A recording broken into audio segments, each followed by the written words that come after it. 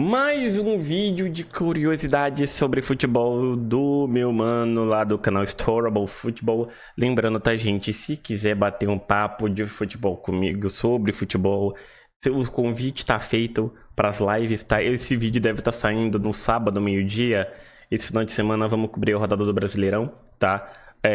Tanto lá na coxinha ali, né, na Twitch, ali em cima, quanto também no canal de live só sobre o futebol, que é o Pitacos do Moreno, aqui pelo YouTube. Se você não gosta da Twitch, né, se você prefere o YouTube, o convite está feito, certo?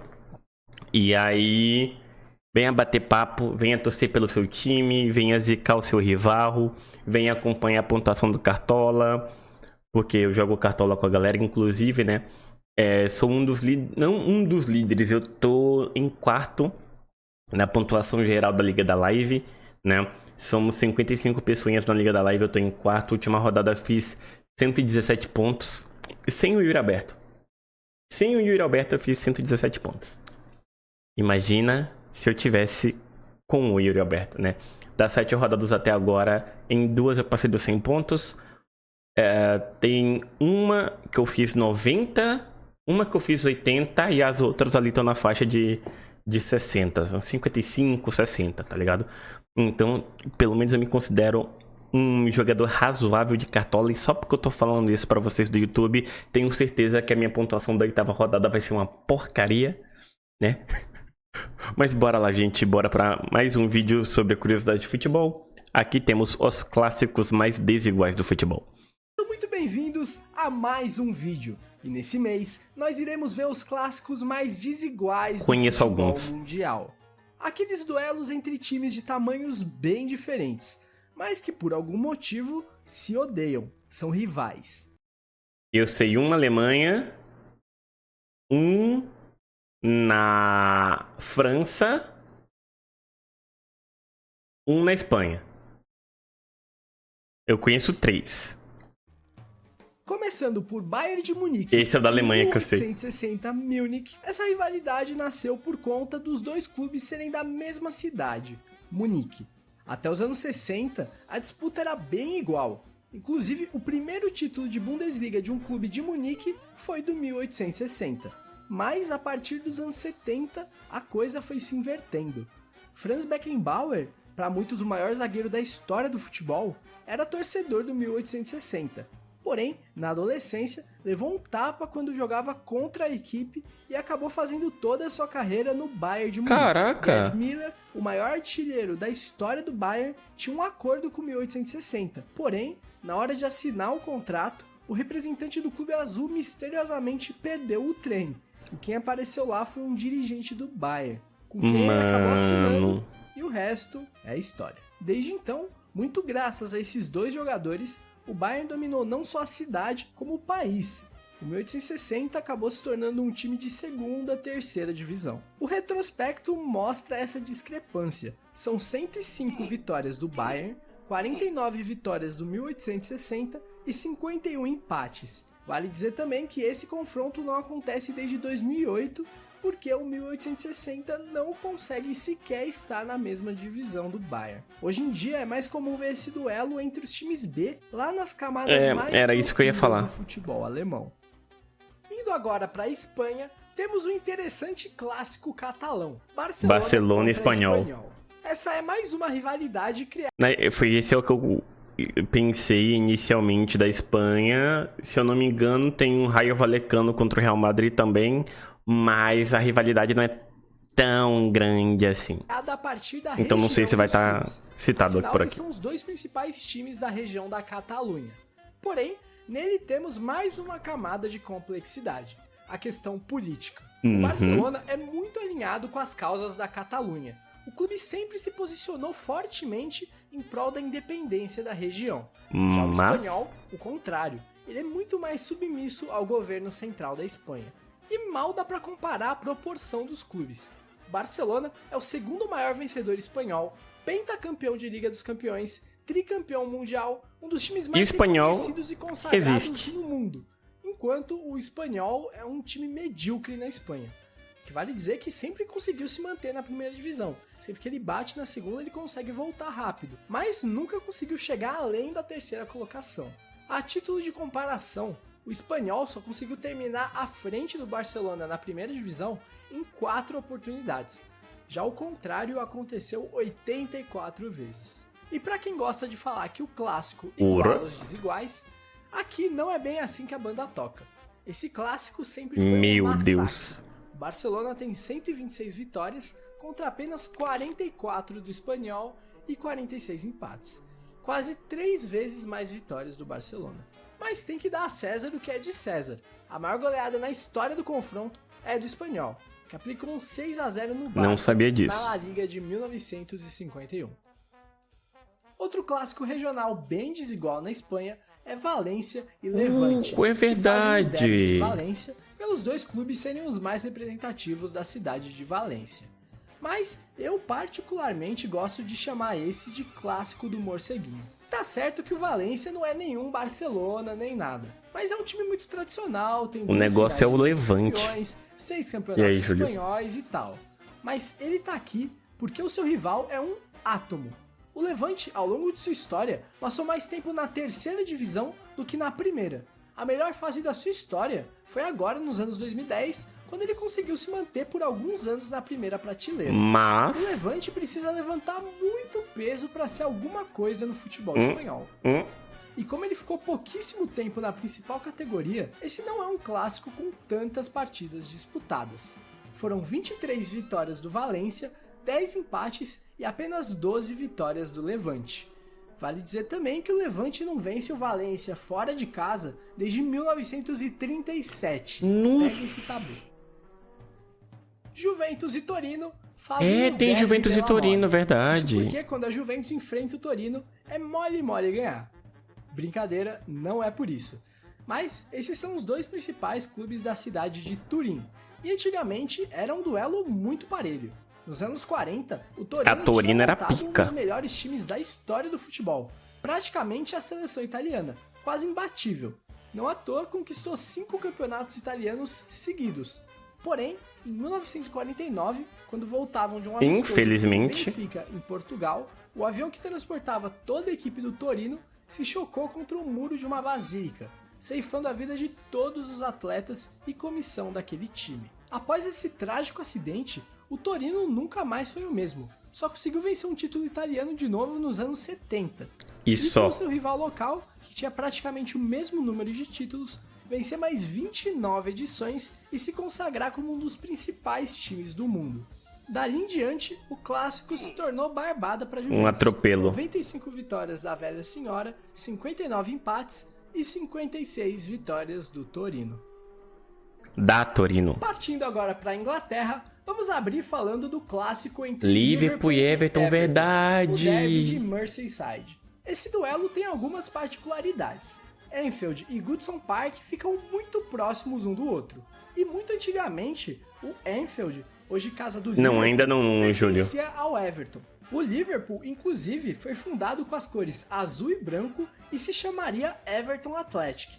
Mas a Federação Inglesa não aceitou reconhecer outra equipe com o mesmo nome de Everton. Esse é um clássico que a situação era bem diferente antigamente. Até os anos 60, o Everton tinha mais títulos ingleses que o seu rival.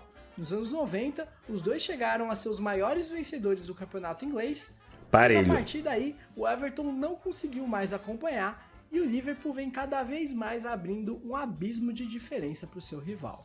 Hoje são 99 vitórias dos Reds, 68 dos Toffees e 77 empates. Outra peculiaridade, até mesmo dentro dessa lista, é que as torcidas se tratam cordialmente.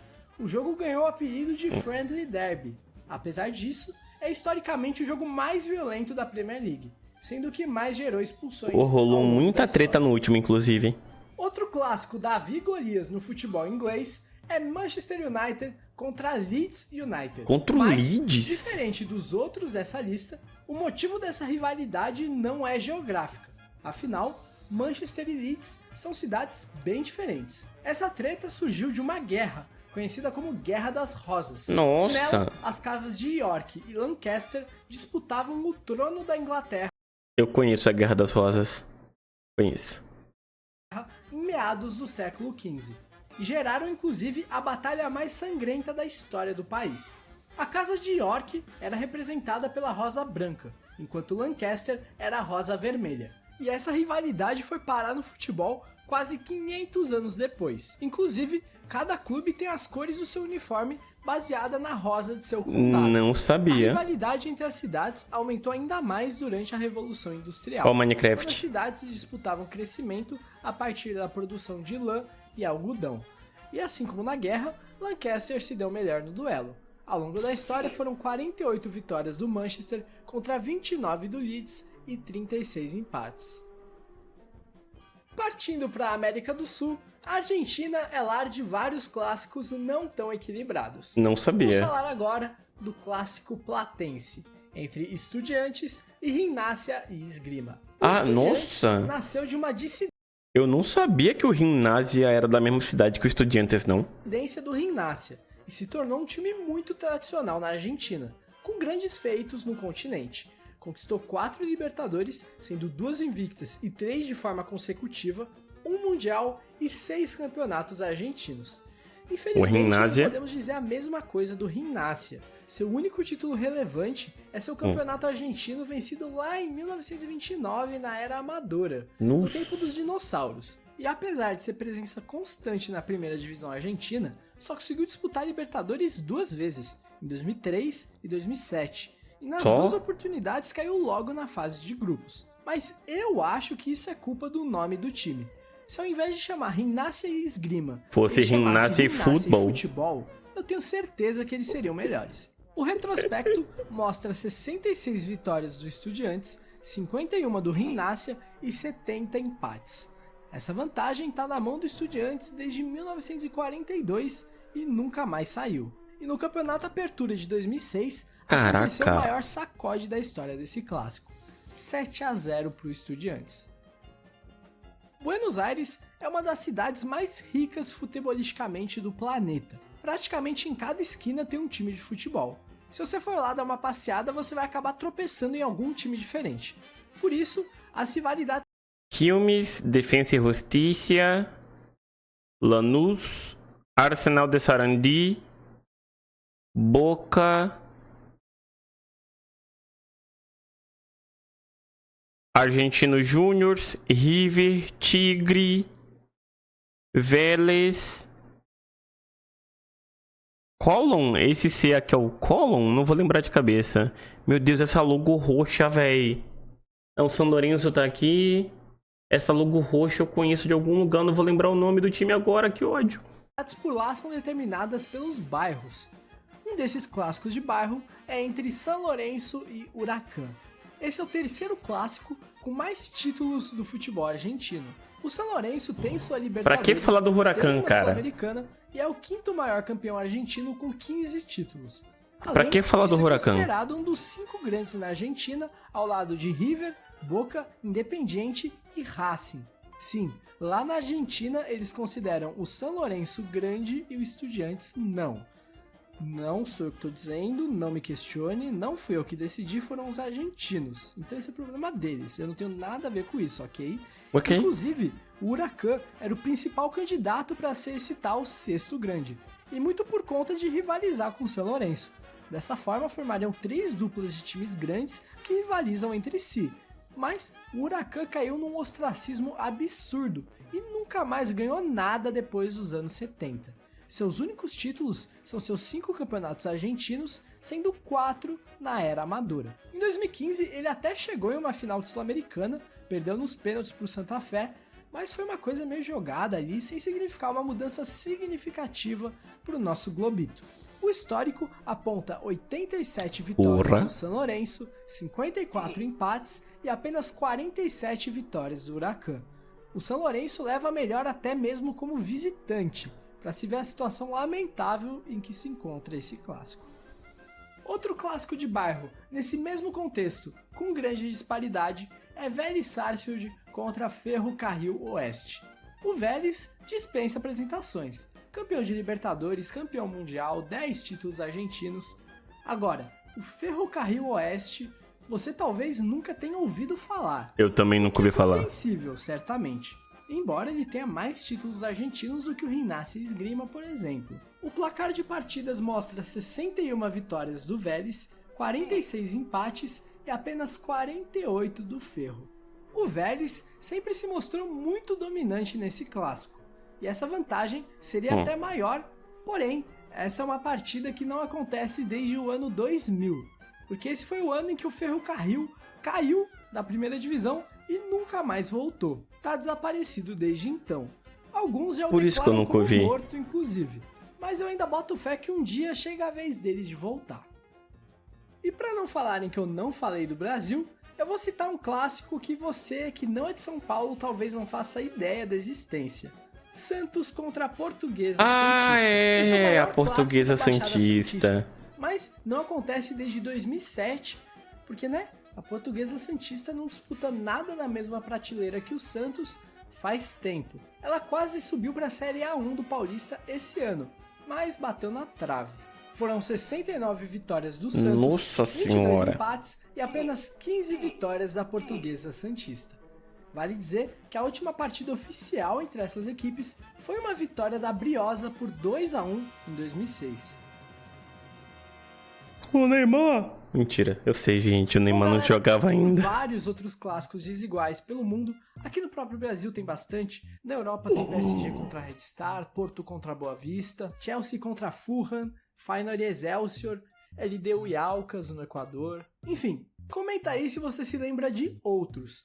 Eu comentei os que eu julguei mais interessantes e curiosos. Cara, espero que você tenha descoberto alguma coisa nova por esse vídeo. Se isso aconteceu, acho que vale a sua inscrição aqui no canal.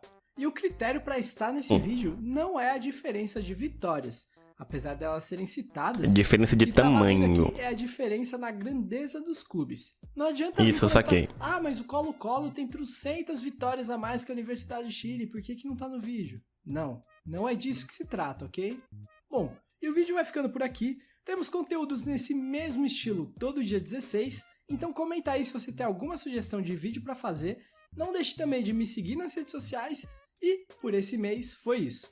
Espero que tenham curtido. Valeu, tamo junto. Ai, bom vídeo, cara. Eu gosto desses vídeos de curiosidade sobre futebol. É sempre bom aprender uma coisa nova.